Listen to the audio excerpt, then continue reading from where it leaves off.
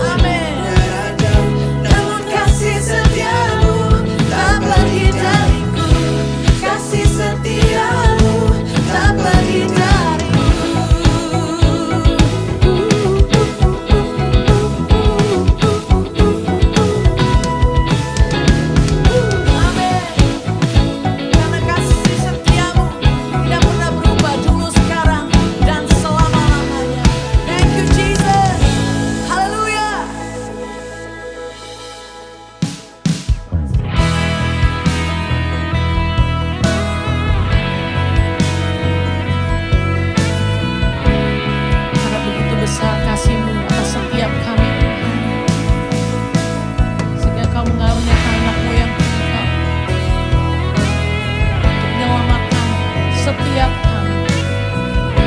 Terima kasih untuk kasih-Mu yang begitu besar. Kami bersyukur. Glory to God in the highest, for your great and matchless name.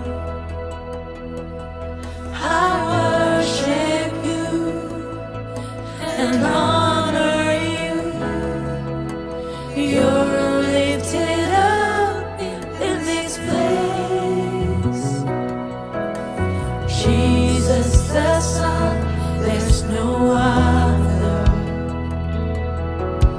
Heavenly King, Lamb of God. For you alone, the Holy One, you're lifted up in this place. Oh God, I worship you. Oh God, I worship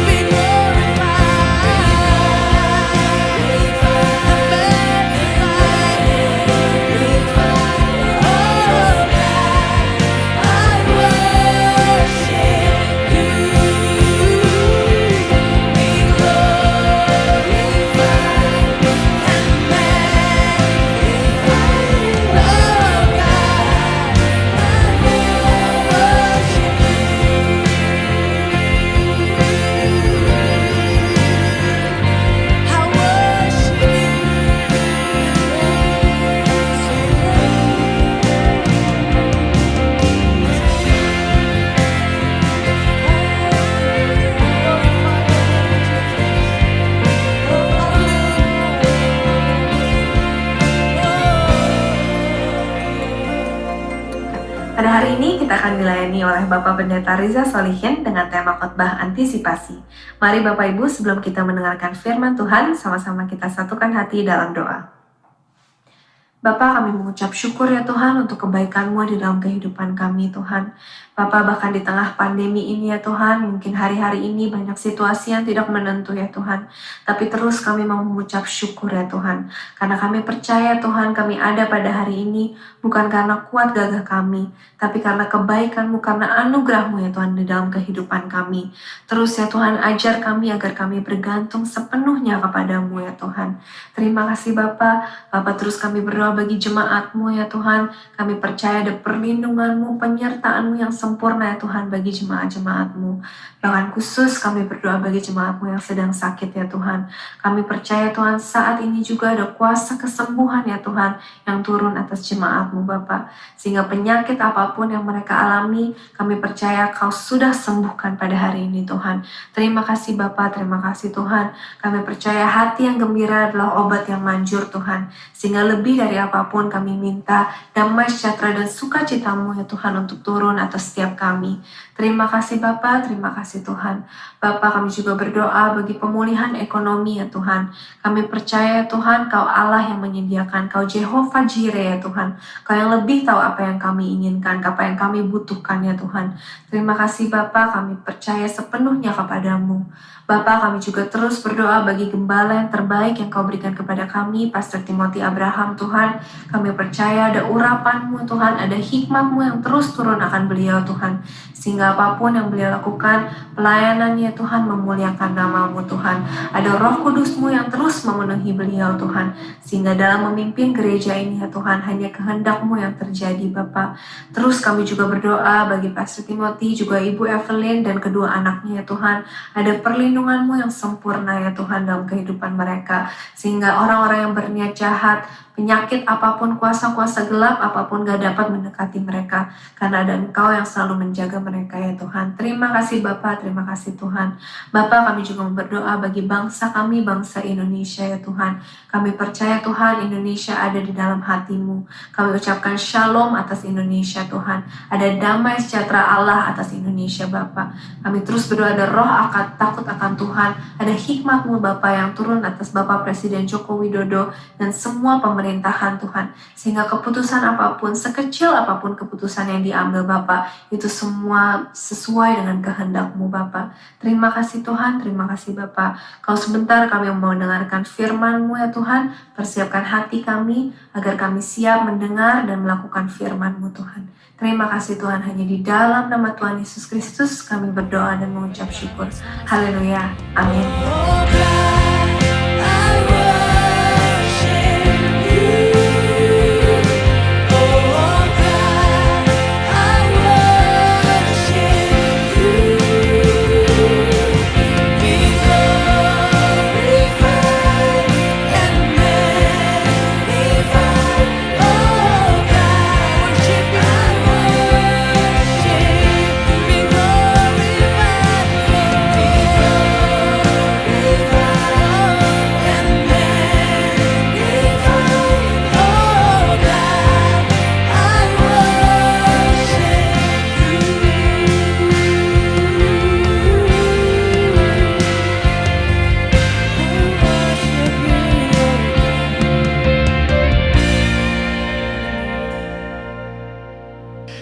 Saya ingin membahas satu kata yang sangat hidup dalam hati saya, yaitu adalah satu kata antisipasi.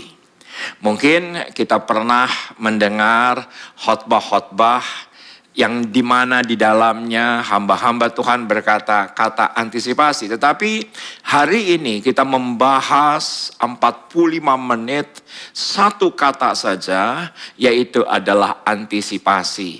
Dari Kamus Besar Bahasa Indonesia, antisipasi artinya adalah perhitungan tentang hal-hal yang akan terjadi, jadi belum terjadi, penyesuaian mental terhadap peristiwa yang akan terjadi. Nah, kita akan belajar dari satu keadaan di mana Yesus pernah berkata dalam Perjanjian Baru bahwa akhir zaman itu sama seperti zaman Nuh adanya. Nah, kita akan belajar dari Nuh. Kenapa kita perlu belajar dari Nuh? Karena ketika itu Nuh lockdown, ketika itu Nuh di dalam bahtera saja. Oleh karena ada satu kondisi di mana Alkitab berkata bahwa Tuhan menyesal menciptakan manusia yang akhirnya Tuhan skenariokan, yaitu adalah bahtera. Nah, semua kita mengerti kita sudah melewati lockdown kira-kira bulan Maret dan bulan April yang lalu. Kita sekarang ada di masa transisi PSBB. Tetapi keadaan sepertinya dari hari ke hari belum terkendali sepenuhnya secara kesehatan. Kita sudah mencapai 100.000 orang yang terkena pandemi, di mana Satgas gugus tugas COVID pun mengatakan puncak daripada COVID belum tentu ada di waktu dekat ini.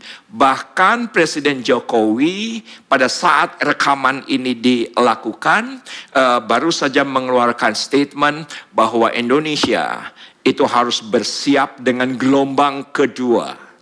Padahal di hari terakhir saja setiap harinya yang menderita COVID itu sudah di atas 1.500, terkadang 1.600, kadang 1.900, tapi beberapa minggu yang lalu ada klaster di Secapa Bandung mencapai 2.600, di mana Satgas gugus tugas berkata bahwa puncaknya itu belum terjadi. Tentunya kita harus lakukan antisipasi dan kita akan belajar dari Nuh yang begitu cerdas, bukan hanya mempersiapkan diri dari apa yang Tuhan katakan kepada Nuh, tetapi Nuh cerdas, dia juga melakukan antisipasi. Kejadian 7 ayat yang ke-1 hingga dengan ayat yang ke-4, demikian firman Tuhan. Kita akan baca bersama-sama. Perikopnya lah air bah, lalu berfirmanlah Tuhan kepada Nuh, masuklah ke dalam bahtera itu, engkau dan seisi rumahmu, sebab engkaulah yang kulihat benar di hadapanku di antara orang zaman ini. Dari segala binatang yang tidak haram haruslah kau ambil 7 pasang, jantan dan betinanya. Tetapi dari binatang yang haram 1 pasang, jantan dan betinanya. Juga dari burung-burung di udara 7 pasang, jantan dan betina, supaya terpelihara hidup keturunannya di seluruh bumi. Sebab 7 hari lagi aku akan menurunkan hujan ke atas bumi 40 hari 40 malam lamanya. Aku akan menghapuskan dari muka bumi segala yang ada yang kujadikan. Semua kita tahu kejahatan manusia sudah sedemikian memuncak dan Tuhan desain satu keadaan yaitu air bah, dan Alkitab dengan jelas berkata persiapan demi persiapan Tuhan instruksikan kepada Nuh bagaimana bahtera itu dibuat detail, tinggi, dalam, besar, luas, sedemikian rupa detail, dan persiapan Nuh lakukan secara presisi seperti yang Tuhan inginkan. Tetapi yang menarik perhatian saya adalah Nuh tidak tahu sebetulnya kapan air bah itu surut. Karena Alkitab tidak mencatatnya. Alkitab hanya mencatat dia lepaskan burung, dia cek apakah ada kehidupan atau tidak. Dia nggak tahu persisnya. Tetapi yang menarik perhatian saya dari ayat yang barusan kita baca, jelas bahwa harus ada binatang-binatang yang dimasukkan. Yang mana binatang itu, ada binatang pemakan daging, ada binatang pemakan tanaman, ada binatang pemakan daging dan tanaman. Yang mana ketika zaman itu belum ada freezer, zaman itu belum ada kulkas, zaman itu belum ada pendingin. Bagaimana Nuh bukan hanya persiapan, tetapi juga langkah-langkah antisipasi agar mereka dapat bertahan sampai akhir, bertahan sampai air bah itu surut. Tentunya setelah air bah itu surut, juga tidak dengan serta-merta besoknya Nuh bisa memakan apa yang ada di bumi. Tetapi tentunya ada antisipasi-antisipasi yang dilakukan Nuh, dan dia sedemikian rupa bukannya persiapan tapi antisipasi dalam bahtera agar Nuh dan keluarga dan juga binatang-binatang yang Tuhan perintahkan untuk dibawa dalam bahtera sedemikian rupa punya segala sesuatu yang dibutuhkan. Dari sini kita akan belajar bahwa untuk mencapai visi, untuk sampai pada mimpi tujuan ilahi, kita harus memiliki persiapan. Dan seseorang bijak berkata persiapanlah awal daripada kesempurnaan. Ya, saya setuju. Tetapi yang menyempurnakan bukan hanya persiapan. Karena mungkin saja ketika segala sesuatu sedang berlangsung, ada hal-hal yang tidak terduga. Ada hal-hal yang tidak kita inginkan. Ada hal-hal, langkah-langkah antisipasi yang harus kita lakukan. Rasanya tidak seorang pun di Indonesia ini, bahkan hamba Tuhan, saya sendiri pun demikian adanya, tidak pernah bisa membayangkan bahwa gereja akan berhenti. Saya tidak pernah membayangkan bahwa setiap minggu saya harus melayani bukan hanya jemaat secara virtual, tetapi kamera yang sama dari minggu ke minggu. Kamera yang sama yang tidak pernah terbayangkan sebelumnya ini akan terjadi. Tetapi dari sini kita harus belajar, kita harus cerdas sedemikian rupa sebagai warga negara kerajaan Allah, untuk kita bisa bukan hanya mempersiapkan diri kita ke depan, tapi juga mengantisipasi keadaan. Beberapa minggu yang lalu sudah terdengar kabar bahwa Singapura, negara yang begitu kuat secara ekonomi, tetapi sudah mendeklarasikan resesi. Ada satu negara lagi sekian hari kemudian menyusul, satu negara yang kuat di mana produk-produknya cukup terkenal dan mendunia. Korea Selatan menyatakan resesi ekonomi. Tentunya kita harus cerdas sebagaimana Nuh cerdas, dan kita akan maju sedikit ke Kejadian pasal yang ke-41. Kejadian 41. Kejadian 41 berbicara mengenai Yusuf. Dan inilah momentum daripada kehidupan Yusuf. Saya tidak akan bercerita dari sejak mimpinya ketika dia masih bersama dengan keluarganya, tapi kita langsung saja ke Kejadian 41, di mana ketika itu posisi daripada Firaun, raja Mesir, bermimpi ada di tepi sungai Nil.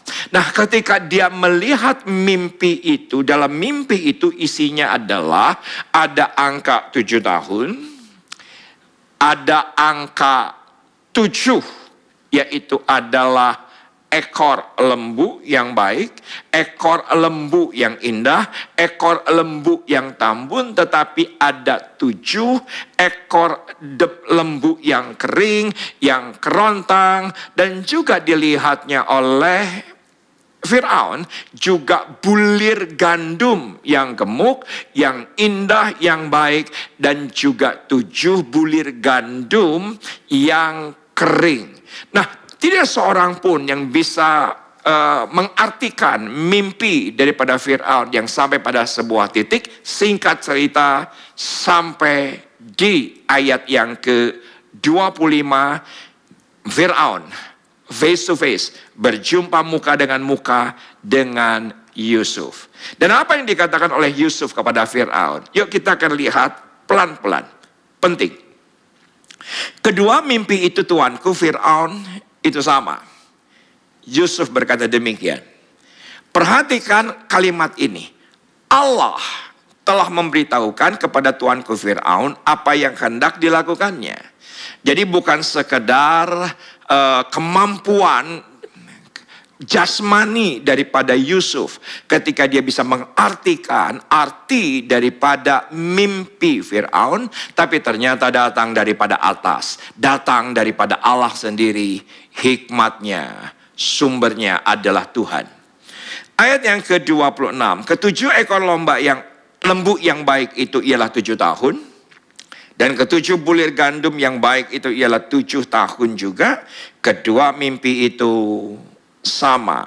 Ketujuh ekor lembu yang kurus dan buruk yang keluar kemudian maksudnya 7 tahun. Demikian pula ketujuh bulir gandum yang hampa yang layu oleh angin timur itu maksudnya akan ada 7 tahun kelaparan. Inilah maksud perkataanku ketika aku berkata kepada tuanku Fir'aun, Allah telah memperlihatkan kepada tuanku Fir'aun apa yang hendak dilakukannya. Diketahuilah Tuhanku akan datang 7 tahun kelimpahan di seluruh tanah Mesir. Jadi ketika mimpi itu belum terjadi, saya harus tegaskan, ketika mimpi itu belum terjadi, tetapi dari mimpi itu Tuhan memberikan hikmat kepada Yusuf bahwa akan ada masa kelimpahan. Dan setelah itu ayat yang ke-30, kemudian akan timbul 7 tahun kelaparan, maka akan dilupakan segala kelimpahan itu di tanah Mesir, karena kelaparan itu mengurus keringkan negeri ini. Sesudah itu akan tidak kelihatan lagi berkas-berkas kelimpahan di negeri ini karena kelaparan itu, sebab sangat hebatnya kelaparan itu sampai 2 kali mimpi itu diulangi bagi tuanku Fir'aun. Berarti hal itu telah ditetapkan Allah dan Allah akan segera melakukannya. Antisipasinya apa? Ayat 33 dan ayat yang ke-34. Oleh karena itu baiklah tuanku Fir'aun mencari seorang yang berakal budi dan bijaksana. Itu persiapannya. Dan mengangkatnya menjadi kuasa atas Mesir. Dan perhatikan langkah antisipasinya adalah, baiklah juga tuanku Fir'aun berbuat begini, yakni menempatkan penilik-penilik atas negeri ini, dan dalam ke-7 tahun kelimpahan itu memungut 1/5, 20% dari hasil tanah Mesir. Dan ketika kelimpahan terjadi, 20% setiap penghasilan, setiap panen 1/5 itu harus dibawa kepada Fir'aun, yang mana itu adalah langkah antisipasi.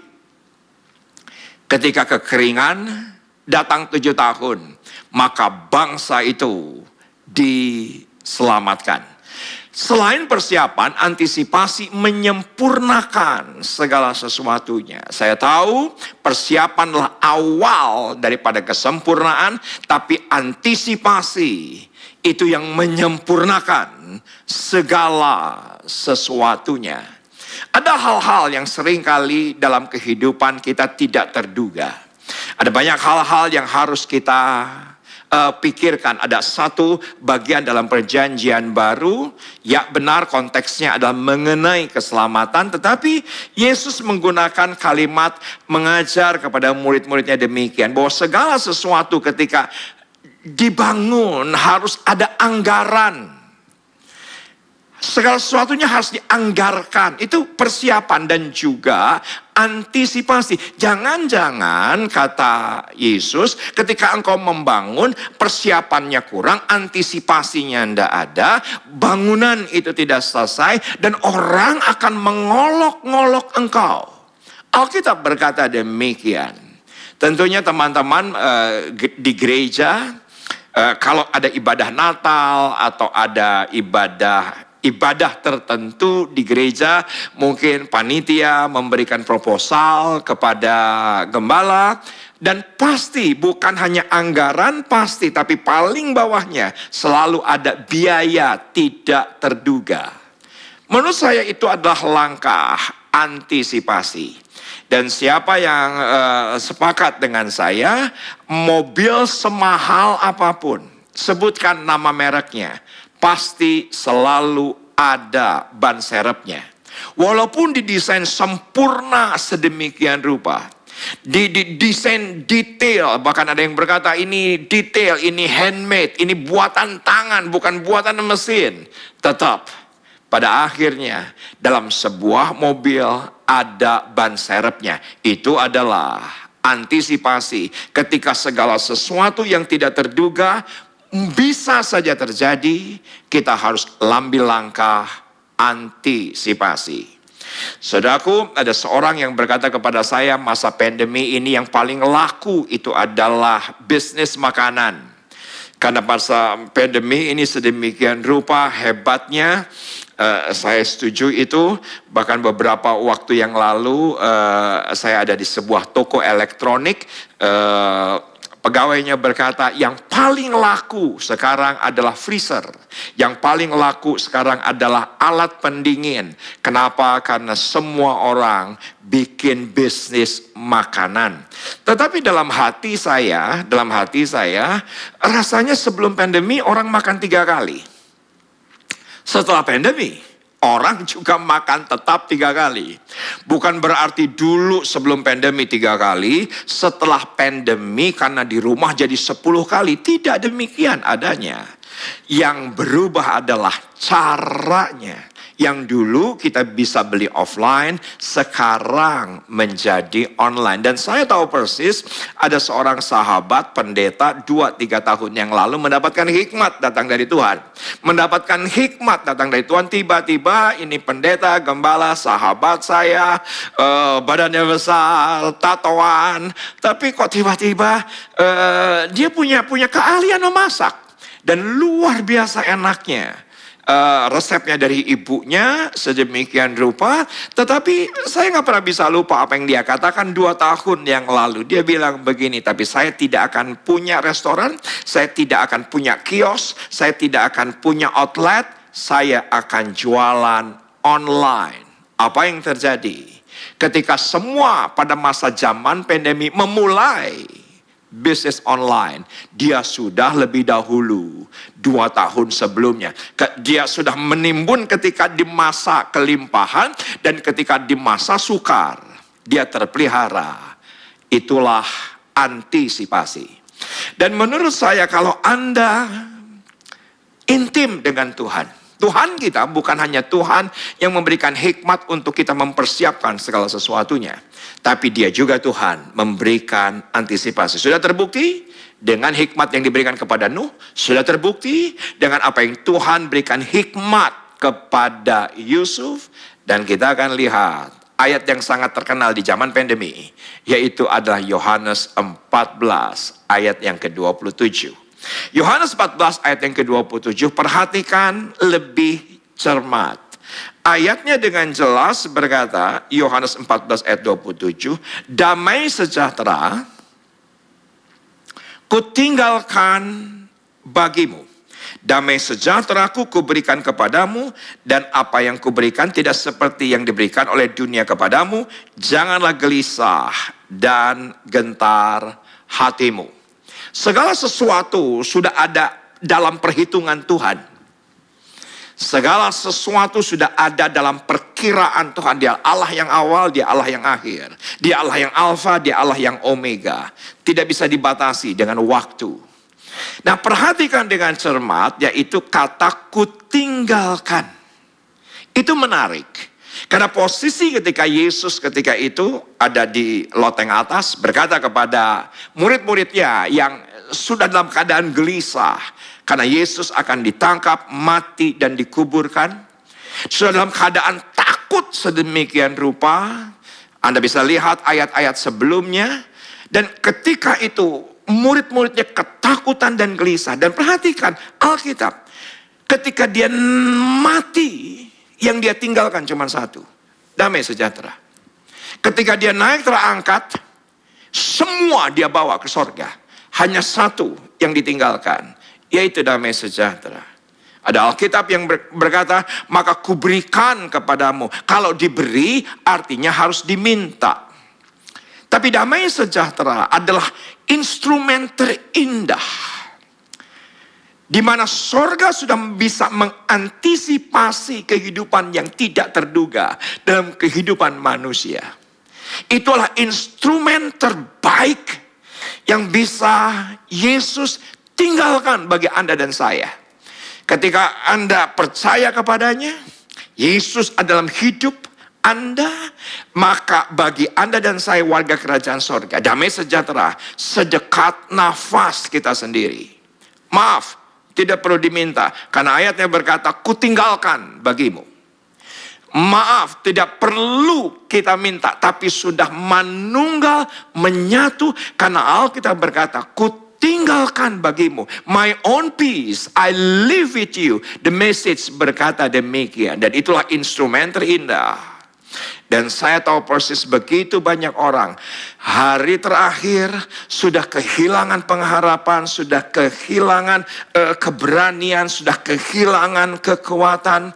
Sedemikian rupa pandemi tidak pernah seorang pun bisa perkirakan sebelumnya, tetapi semua Anda dan saya bisa bertahan sampai detik ini Ebenezer, karena Tuhan tinggalkan damai sejahtera untuk Anda dan saya. Damai sejahtera adalah langkah antisipasi sorga, langkah antisipasi daripada Yesus, agar warga kerajaan dapat melewati rintangan dan sampai pada tujuan ilahi. Contoh sederhana, rekaman ini dari awal sampai akhir ada tantangan. Tantangannya apa? Yaitu yang khotbah haus. Saya sudah antisipasi. Ada muk yang selalu menemani saya dan saya mau minum dulu. Ini langkah antisipasi. Sederhana agar khotbah saya sampai sempurna, sampai akhir. Saya minum dulu.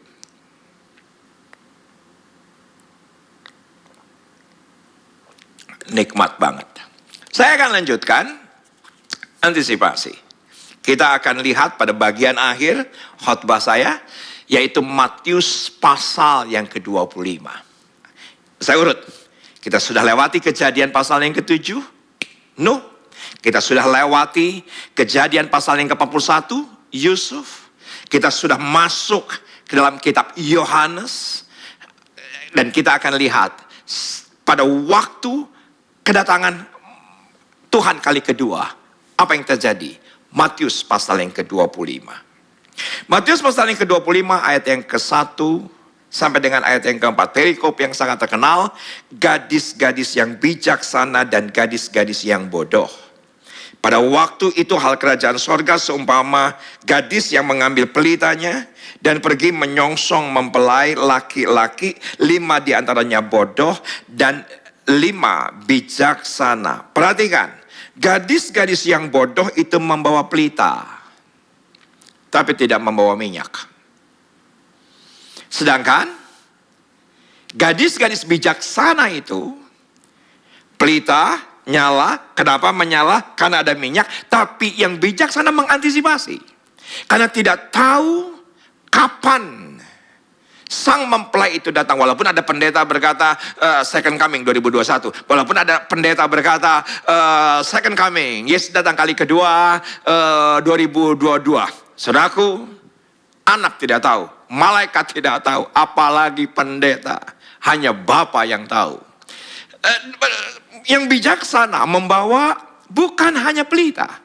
Dua-duanya pelita, dua-duanya menyala. Tetapi yang menjadi pembeda adalah ternyata yang bijaksana mengantisipasi. Kapan datangnya tidak pernah tahu. Karena dia datang seperti pencuri. Perhatikan, bukan penjabret. Perhatikan, bukan perampok. Karena kalau perampok dan pencuri itu ada kekerasan. Di mana yang dicuri pasti berasa. Yang dirampok pasti berasa. Karena ada bekasnya. Yang dijamret pasti berasa. Karena bentuknya ada unsur kekerasan, pasti terasa. Tapi dicuri, seringkali justru pemiliknya tidak sadar apa yang dicuri. Tiba-tiba hilang. Dan Alkitab dengan jelas berkata, dia datang kali kedua seperti pencuri. Saudaraku, yang menjadi pembeda dari orang sukses dan orang gagal bukan hanya persiapan, tapi juga antisipasi.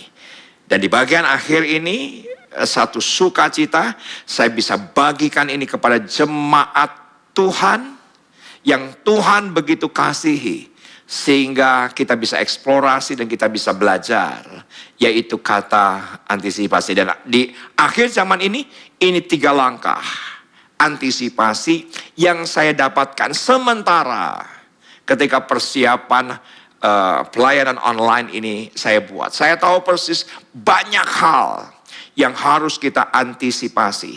Tetapi dari apa yang kita pelajari, Kejadian 7, Kejadian 41, Yohanes pasal yang ke-14, sampai pada Matius pasal yang ke-25, ada 3 hal. Yang pertama adalah kekudusan.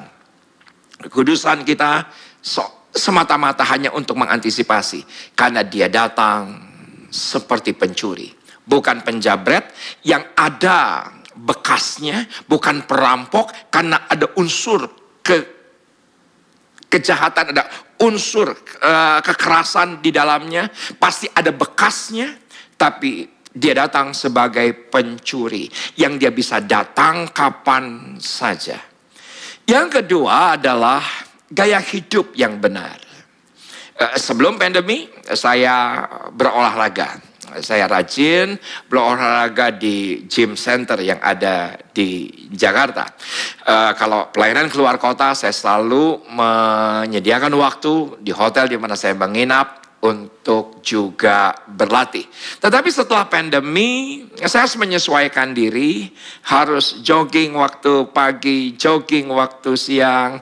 Beberapa hari yang lalu anak saya memberikan kepada saya, "Papa, supaya Papa nggak bosen, supaya Papa nggak boring, ini sepeda, Papa bisa enjoy dengan sepeda." Dan ternyata itu hanya untuk membangun gaya hidup yang benar. Saya setuju Alkitab Perjanjian Baru berkata bahwa latihan badani itu sedikit manfaatnya, tetapi tetap ada manfaatnya.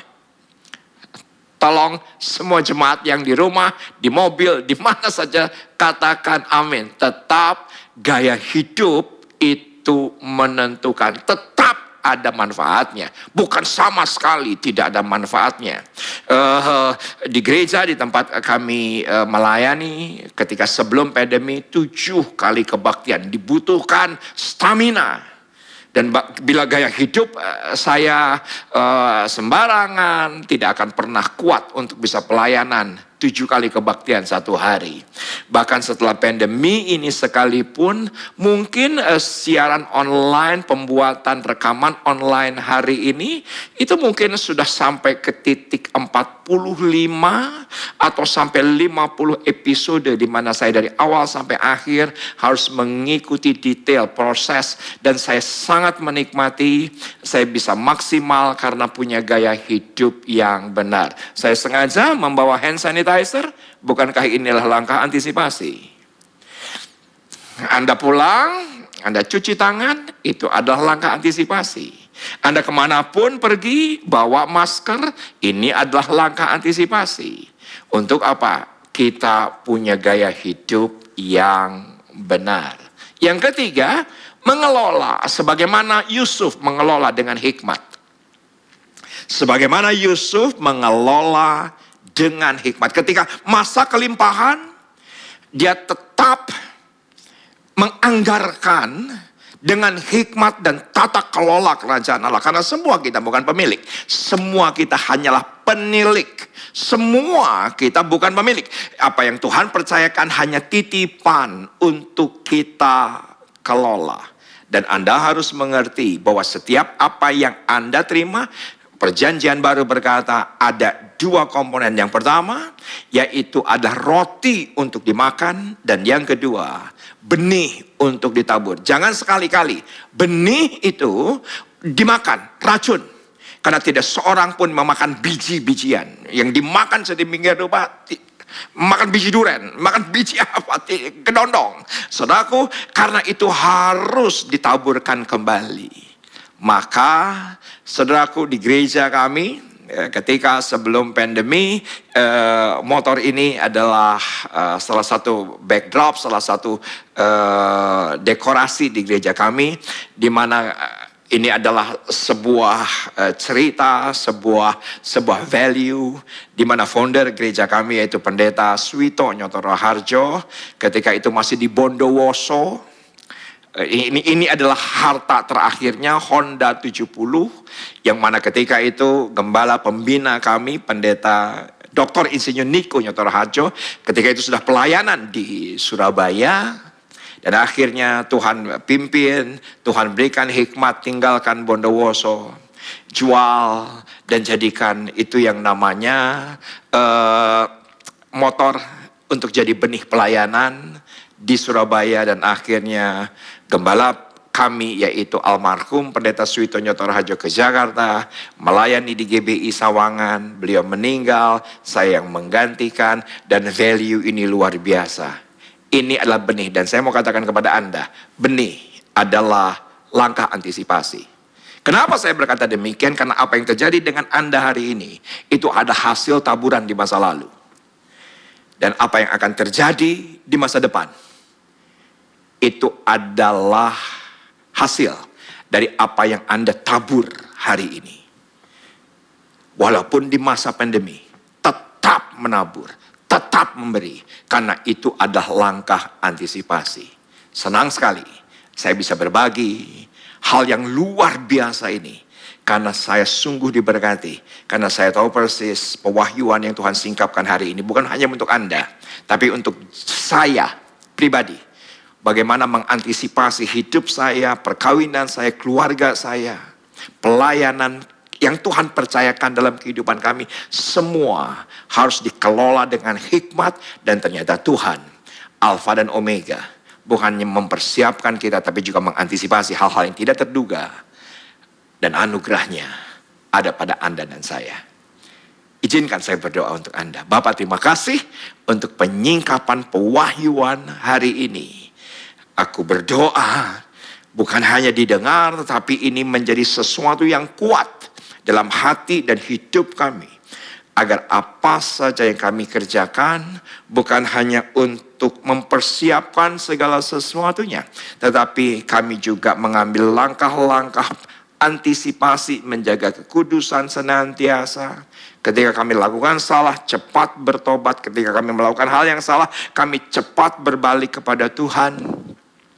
Dan ketika di masa-masa Tuhan tetap percayakan kehidupan, kami punya gaya hidup yang benar, kami menjaga protokol kesehatan dengan disiplin, dan lebih daripada segalanya dari apa yang kami percayakan, kami bisa mengelola dengan baik. Tuhan Yesus berkat-Mu atas jemaat-Mu. Amin. Selamat hari Minggu. Saya percaya kasih setia Tuhan selalu baru setiap pagi. Voice of Pentecost kali ini akan membahas mengenai dinamika kesembuhan ilahi. Apakah kamu pernah mengalami sakit dan disembuhkan Tuhan melalui mujizat? Atau malah pernah lihat orang yang sakit dan didoakan tapi nggak sembuh-sembuh? Jadi sebenarnya kesembuhan ilahi itu beneran ada atau enggak sih? Dan apakah pelayanan kesembuhan ilahi masih sesuai dengan kemajuan zaman now? Dalam Alkitab ada ratusan ayat janji Tuhan bagi kesembuhan umatnya. Banyak peristiwa dicatat orang-orang mengalami kesembuhan secara mujizat. Contohnya dalam Perjanjian Lama, Raja Hizkia yang disembuhkan atau Naaman yang disembuhkan dari penyakit kusta, dan masih banyak lagi. Perjanjian Baru juga mencatat ada begitu banyak peristiwa mujizat kesembuhan ilahi, baik melalui pelayanan Tuhan Yesus maupun melalui pelayanan para rasul. Nah, sebagai insan Pentakosta, kita percaya bahwa kesembuhan ilahi terjadi karena pengorbanan Tuhan Yesus di atas kayu salib. Kita percaya bahwa mujizat tetap terjadi sampai sekarang karena Allah masih terus melakukan perbuatannya yang ajaib, yang melampaui kemampuan manusia dan hukum alam.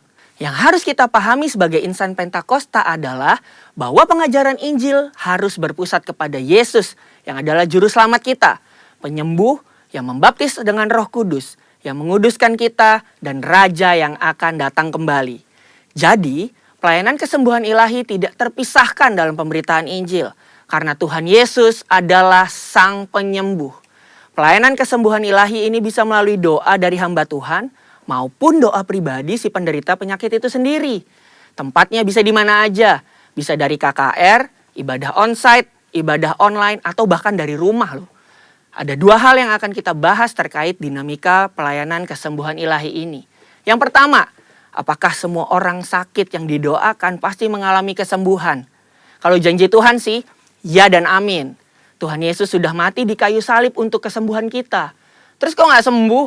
Masalahnya bukan ada di janji Tuhannya, tapi ada di faktor yang mungkin ada di dalam diri kita yang harus diselesaikan lebih dulu. Forum Teolog GBI dalam pandangan teologis tentang penyakit memaparkan ada beberapa fakta mengenai penyakit. Yang pertama, ada penyakit akibat dosa kita. Yang kedua, ada hukuman Allah. Yang ketiga, karena perizinan dan kedaulatan Tuhan. Yang keempat, penyakit karena kejahatan iblis. Yang kelima, penyakit karena ulah manusia yang tamak, serakah, korup, dan destruktif. Untuk itulah kita perlu terbuka, mengaku dosa kita, memohon dan berdoa dengan iman.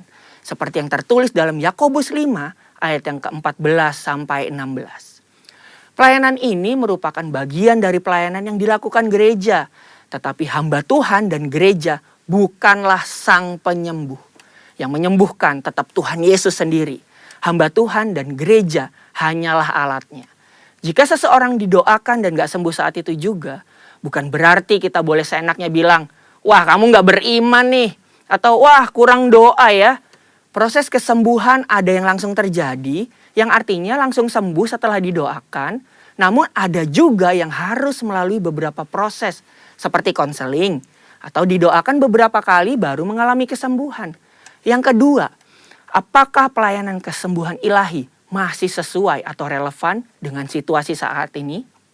Sudah jelas perintah Tuhan bagi kita sebagai anak Tuhan untuk mendoakan orang sakit tidak pernah dicabut. Justru pelayanan ini berjalan selaras dengan penginjilan. Namun kenyataannya gak mungkin dong kita bikin acara di lapangan bola terus ngumpulin semua orang yang sakit. Atau datang seenaknya ke rumah sakit. Apalagi ke ruang isolasi penderita COVID. Dan mendoakan mereka secara langsung agar mereka mengalami kesembuhan. Kenapa gitu? Karena pemerintah sudah mengeluarkan protokol kesehatan yang begitu ketat. Jika kita melanggar peraturan ini, maka kita sama aja lagi melawan pemerintah. Dalam catatan Christian Evangel, ada satu kejadian pada tahun 1918 sampai 1919, di mana pandemi flu Spanyol menjadi momok mengerikan bagi dunia. Ada sekitar 50 juta orang meninggal akibat pandemi ini. Tetapi yang menarik, insan Pentakosta pada saat itu mengikuti anjuran pemerintah untuk meniadakan pertemuan ibadah dan mengkarantina yang sakit. Mereka tetap tinggal di rumah dan berdoa. Tetapi mereka terus menyatakan bahwa Allah adalah tabib. Sama seperti yang kita lakukan sekarang ini nih. Luar biasanya, dampaknya adalah banyak orang yang lahir baru dan disembuhkan dari sakit penyakit akibat pandemi tersebut. Kesaksian iman mereka kepada Allah dan doa membuat mereka mampu melewati krisis. Keterbatasan pelayanan karena social distancing bukan berarti pelayanan kesembuhan ilahi menjadi tidak relevan atau membuat kita tidak bisa melakukan pelayanan kesembuhan ilahi. Tuhan memberikan ide-ide kreatif melalui sarana yang ada di sekitar kita nih. Misalnya sosial media dan teknologi informasi. Seperti pada zaman rasul-rasul yang secara kreatif menggunakan media perantara dan diurapi Roh Kudus. Seperti sapu tangan atau kain yang pernah dipakai oleh Paulus menyembuhkan segala penyakit dan mengusir roh jahat saat diletakkan di atas orang-orang yang sakit. Jadi, pelayanan itu tidak terbatas dalam pertemuan fisik. Allah juga bisa bekerja melalui ibadah online, melalui panggilan telepon, video call, atau menggunakan media sosial. Berabad-abad yang lalu, pelayanan kesembuhan ilahi telah dilakukan oleh nabi-nabi di Perjanjian Lama, Tuhan Yesus, dan rasul-rasul di Perjanjian Baru. Tidak berhenti sampai di situ. Pelayanan kesembuhan ilahi juga masih relevan dengan zaman now. Secara khusus, di tengah situasi yang sedang dunia hadapi saat ini, gereja harus terus memotivasi dan menggerakkan pengerja dan jemaat untuk melakukan pelayanan kesembuhan ilahi ini dengan mendoakan mereka yang sakit, bahkan dengan memanfaatkan teknologi dan media sosial di tengah keterbatasan akibat social distancing. Pelayanan kesembuhan ilahi merupakan karunia Roh Kudus yang diberikan kepada gerejanya. Oleh sebab itu, kesembuhan yang Tuhan berikan semuanya adalah untuk memuliakan namanya. Tuhan Yesus memberkati.